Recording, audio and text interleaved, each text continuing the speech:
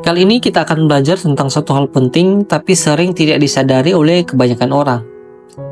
Pernah nggak dulu waktu di bangku sekolah atau saat kuliah, kalian memiliki teman yang pintar, yang tiap semester selalu peringkat 1 di kelas. Tapi setelah selesai masa pendidikan, hidup dia tidak sesukses teman kita yang mungkin dari dulu nilainya jelek, atau peringkat 10 ke bawah. Kita mungkin bertanya-tanya kenapa bisa seperti itu. Katakanlah si A dan si B. Semasa sekolah dan kuliah, si A selalu dapat ranking 1 atau nilai rata-ratanya A. Sedangkan si B nilainya biasa aja dan jarang masuk 3 besar. Kemudian mereka sama-sama lulus dan melanjutkan ke tahap sarjana. Di kuliah pun, si A ini nilainya selalu bagus, bahkan mendapatkan cum laude saat wisuda. Sedangkan si B lulus dengan nilai pas-pasan. Setelah bekerja selama 5 tahun, si A menjadi kepala divisi di suatu perusahaan. Sedangkan si B sudah menjadi business owner dan menjadi kaya raya. Mari coba lihat lebih dalam lagi apa itu emotional intelligence. Emotional intelligence atau kecerdasan secara emosional adalah kemampuan untuk menyadari, memahami, dan mengatur serta menggunakan emosi sendiri dengan bijak. Bukan hanya itu, emotional intelligence adalah kemampuan untuk memahami dan merespon emosi orang lain dengan baik. Pencetus pertama istilah emotional intelligence adalah 2 orang psikolog bernama Peter Salovey dan John D. Mayer. Mereka memperkenalkan konsep ini secara formal pada tahun 1960 melalui jurnal ilmiah berjudul Emotional Intelligence.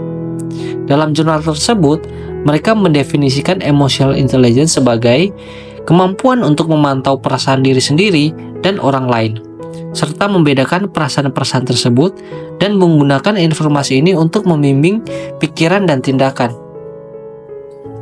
Namun, konsep ini menjadi sangat populer dan dikenal luas setelah Daniel Goleman yang adalah seorang jurnalis dan psikolog menerbitkan bukunya yang berjudul Emotional Intelligence: Why It Can Matter More Than IQ. Goleman memperluas ide Salovey dan Mayer serta mengaitkannya dengan kehidupan sehari-hari, kesuksesan kerja, dan hubungan sosial, sehingga membuat emotional intelligence menjadi topik global. Memiliki kecerdasan emosional ini bukan berarti harus selalu tenang atau tidak pernah marah, tapi tahu kapan harus bicara, kapan mendengarkan, dan bagaimana merespon situasi secara bijak. Menurut Goleman, ada 5 komponen utama dari emotional intelligence. Yang pertama, self-awareness, yaitu menyadari emosi diri sendiri dan memahami penyebabnya. Yang kedua, self-regulation, di mana seorang mampu mengendalikan emosi agar tidak bereaksi secara impulsif. Dan yang ketiga ada motivation, di mana seseorang memiliki dorongan dalam diri bukan hanya karena imbalan secara eksternal. Yang keempat, empathy, atau kemampuan memahami perasaan dan perspektif orang lain. Yang kelima, social skills, di mana seorang mampu membangun hubungan yang sehat dan efektif dengan orang lain. Kecerdasan emosional adalah hal yang sangat penting. Bayangkan ada 2 orang dengan kemampuan intelektual yang sama.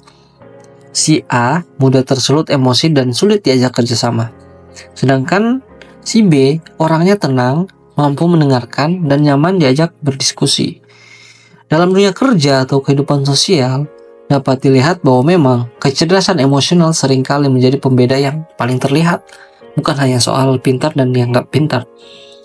Kecerdasan emosional bisa membantu membangun hubungan yang sehat, membuat komunikasi lebih efektif, mengurangi konflik, dan membantu mengelola stres dengan lebih baik. Ada banyak faktor yang menjadikan si A dan si B seperti itu. Tetapi mungkin jawabannya bukan soal kepintaran, melainkan tentang emotional intelligence. Kecerdasan emosional bukan sekedar soft skill. Ini adalah kemampuan inti yang memengaruhi banyak aspek dalam kehidupan kalian. Misalkan dalam karir, hubungan sosial, hingga kesehatan mental.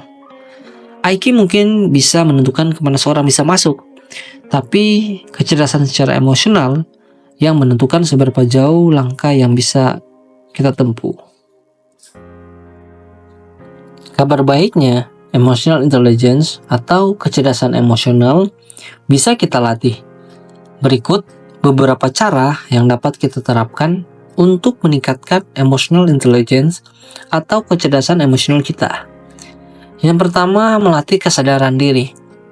Luangkan waktu sejenak untuk bertanya kepada diri kalian, apa yang kalian rasakan?